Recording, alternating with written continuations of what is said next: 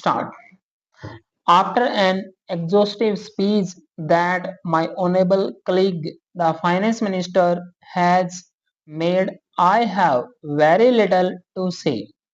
The reasons for the modification of the award have also been given in the statement annexed to the order of the Ministry of Labour dated 24th August 1998 and placed on the table of the House ever since the publication of the Appellate Tribunal's award, when rumblings of growing discontent on both sides began to be heard, I have been greatly concerned on two accounts. Firstly, I have been most anxious that the state of tension which has existed in the relationship between employers and employees in the banking field during the last 5 or 6 years should relax and give place to an enduring relationship based on goodwill and contentment. Secondly, I have been equally anxious that while the terms of final settlement of the dispute should not be such as the injure the cause of banking in the country, they should be fair to the vast number of what are known as the lowest categories of banks employees and who have put up with much trouble and expense during all these years of costly litigation. It is true that government has been given the power under the Industrial Disputes Appellate Tribunal Act to accept, reject or modify the award of an industrial tribunal if and when government is satisfied that it is expedient in the public interest to do so. It cannot be disputed that the said powers should be exercised by government with due care and caution in exceptional circumstances and for very strong reasons of public interest, and that the modification of an award of an industrial tribunal by executive action is prima facie not desirable. I also subscribe to the views expressed by many honorable members that the sensitivity of the award, which is in the nature of a judicial pronouncement, should be respected by conventions and precedents. Honorable members have heard from my colleague, the finance minister, how the full burden of the appellant tribunal award might have brought about a crisis in the banking industry. In particular, he has told the House how banking facilities in rural areas might have suffered a serious setback on account of the burden. The arguments that he has adduced are before the House, and I would request honorable members to consider them dispassionately. Stop.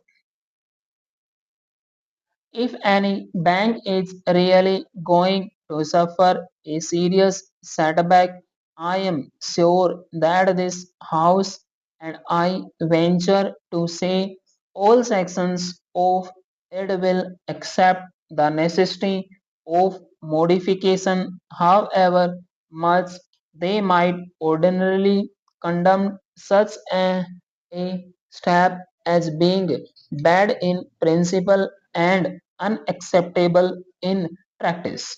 After all, it is only a healthy economy that bank employees or any other groups of wage earners can hope to secure a reasonable living.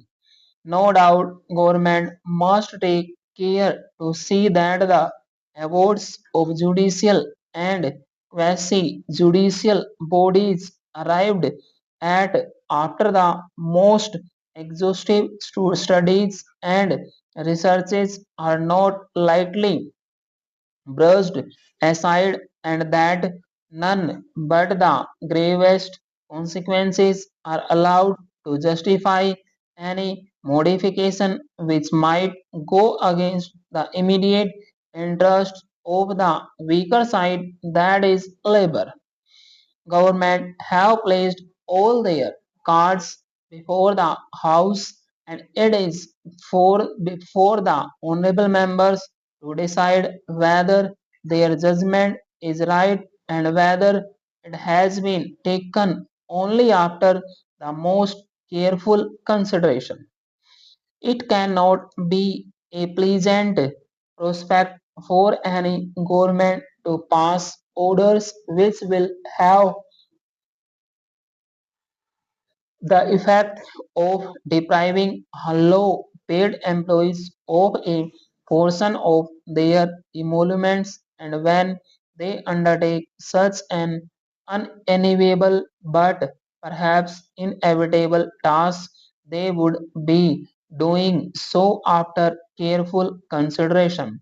Governments are no more infallible than individuals, but no government worth the name can afford deliberately or gently to cloud its vision and judgment by partially or careless assumptions.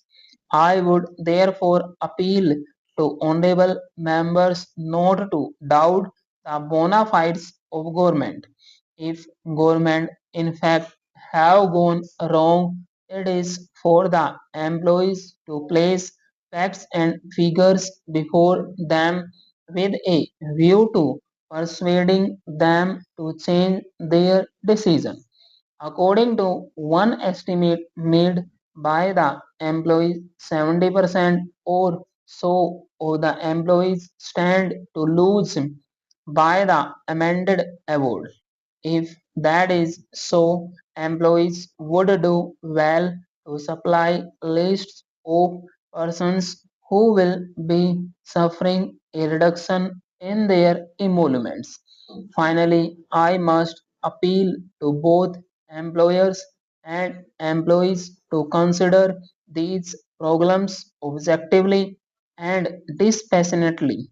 They have been before courts and tribunals for the last 5 or 6 years and have expended a good deal of time, temper, and resources in the prosecution of the judicial proceedings. It is time that they settled all old scores and got down to the business of banking. Their own prosperity is directly linked to the prosperity of the bank they serve. In this bill, I do not quite understand one peculiar thing. In all other legislations, we have the feeling that government wants to take more powers. Stop.